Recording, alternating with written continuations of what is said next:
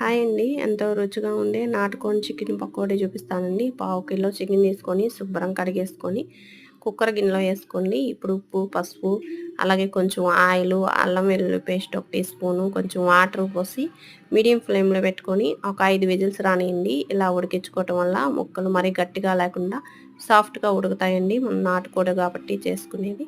ఇప్పుడు ఇలా ఉడికించుకున్న చికెన్ని ఒక గిన్నెలో తీసుకొని 2 టేబుల్ స్పూన్లు శనగపిండి వేసుకోండి. 1 టేబుల్ స్పూన్ నిండా బియ్యం పిండి వేసుకోండి. అలాగే రుచికి తగినంత ఉప్పు, కారం, పసుపు వేసుకోండి.